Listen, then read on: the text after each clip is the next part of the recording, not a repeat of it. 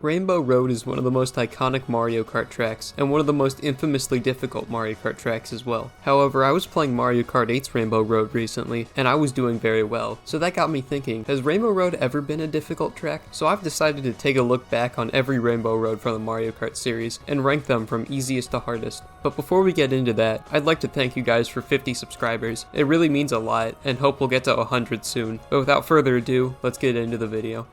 Coming in as the easiest Rainbow Road, we have Mario Kart 64. This is probably the least controversial take on the list, as most people online agree that this is the easiest Rainbow Road. The main problem is that there's too many guardrails. There are 0 spots on this map to be able to fall off, and falling off the track is one of the main places Rainbow Road gets its difficulty from. The track is also way too long, giving you ample time to make up for any mistakes you do make. The retro track version in Mario Kart 8 tried to fix some of these things by removing some of the guardrails, but the track is still too wide to be at major risk of falling off. They also changed the track from being 3 laps to being 1 lap divided in 3 segments, which makes the track harder by giving you less time to recover from your mistakes. But then that means that the track is pretty much over before anyone notices it started. 200cc in Mario Kart 8 also helps to make the track a little harder, but it also serves to make the track even shorter. Whether it's the boring original or the blink and you'll miss it remake, 64 Rainbow Road deserves to be at the bottom of this list.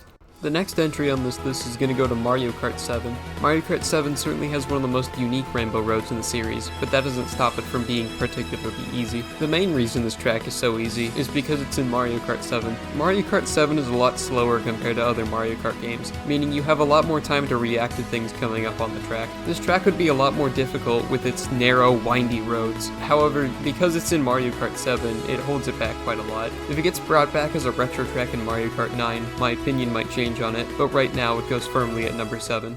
Now for the Rainbow Road that inspired this list in the first place, Mario Kart 8. I don't find this Rainbow Road to be particularly difficult, however this might be biased since this is my most played Rainbow Road. The corners are tricky at first, but you adapt to them very quickly, and they become quite easy. What elevates this track in my opinion is when it's played on 200cc. Some of the corners become downright impossible without applying the brakes, which requires you to completely rethink how you play Mario Kart. You also need to be more careful of boost, as a mistimed mushroom could send you flying off the track. All in all, Mario Kart 8's Rainbow Road averages out to be a pretty average map, which is why it gets the number 6 spot on this list.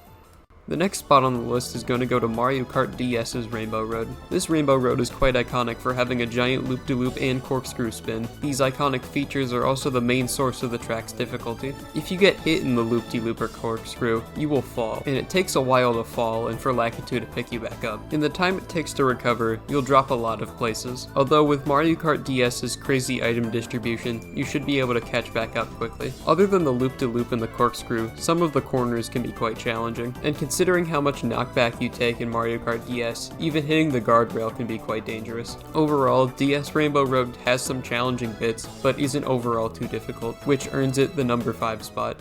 The rest of the tracks on this list I consider to be difficult to an almost frustrating degree, and the first of these tracks will be Double Dash's Rainbow Road. I'm not the best at Double Dash to begin with, and this track will be no exception. The beginning part is very difficult, as it's easy to fall off during the hairpin turns and the big screw. Building mini-turbos is also really difficult on this track, as it's hard to control where you go when you build them. However, after the big screw, the difficulty starts to go down significantly. The turns become less sharp and easier to manage, and the final ending bit is completely covered in guardrails. However, that extra difficult beginning is enough to make the track especially challenging, which lands it the number 4 spot. Entering the top 3, starting with my personal favorite Rainbow Road, Mario Kart Wii. The track is initially very difficult with its narrow turns, and jump ramps that'll send you off the track if you go at them at the wrong angle. Mario Kart Wii's crazy item distribution also makes it quite tough to maintain a lead. The track is so tough in fact, that the AI racers frequently have trouble staying on course and will fall off a lot, but once you get good at the track, it becomes one of the most fun courses in all of Mario Kart Wii. The track is incredibly punishing if you get it wrong, but extremely rewarding if you get it right. The shortcut in the half-pipe section is one of my favorite shortcuts in Mario Kart history, purely because of the sense of speed it gives you. A lot of this track's fun comes from conquering its extreme difficulty, which is why it gets the number 3 spot. The second place spot goes to a track that some of you may be surprised isn't number 1, and that's Super Mario Kart. The lack of guardrails hurts on this track significantly more than other rainbow roads because of Super Mario Kart's really poor handling. Staying on track is one difficult task, but trying to win against the rubber banding AI is another task entirely, not to mention trying to avoid getting pushed off the track by the other racers. The most effective strategy I found was to not drift at all, but instead just stop accelerating through the turns. This rainbow road is iconically difficult, but only my number 2, because my number 1, while not talked about as much as Super Mario Kart's, in my opinion edges out Super Mario Kart as the hardest rainbow road.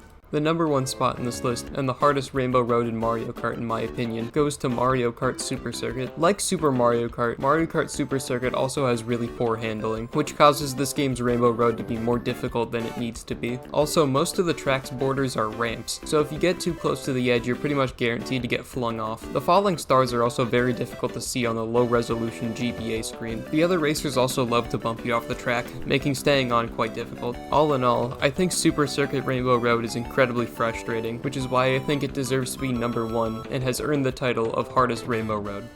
In conclusion, not all rainbow roads are created equally. While some of them may not be overly difficult, the ones that are certainly have deserved the reputation they have earned. If you'd rank the courses differently, leave it in the comments below. And if you liked the video, remember to like and subscribe, and I'll see you next time.